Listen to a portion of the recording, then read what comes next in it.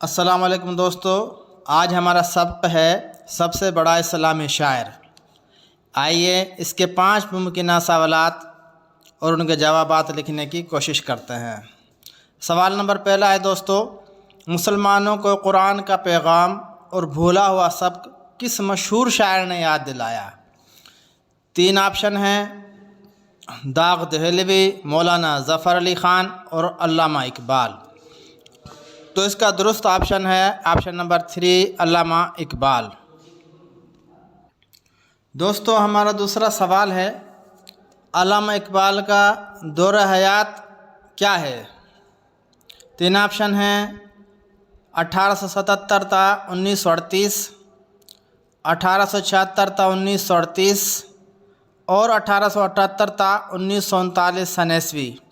تو اس کا درست آپشن نمبر 1 ہے 1877 تا 1938۔ سوال نمبر تیسرا ہے دوستو، بانگ درا، بال جبریل، ضرب کلیم اور ارمغان حجاز کس شاعر کی شعری مجموعہ ہیں؟ اس میں بھی 3 آپشن ہیں: مولانا حالی، علامہ اقبال، محمد اسماعیل میرٹھی۔ تو درست آپشن ہے علامہ اقبال۔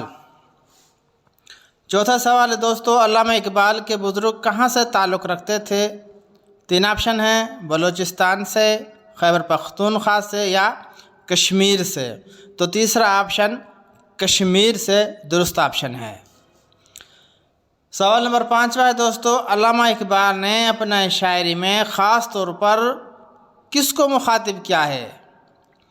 تو اس کے 3 آپشن ہیں: مسلمانوں کو، نمبر 2 عیسائیوں کو، نمبر 3 ہندوؤں کو۔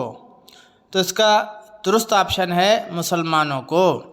علامہ اقبال نے اپنی شاعری میں خاص طور پر مسلمانوں کو مخاطب کیا ہے۔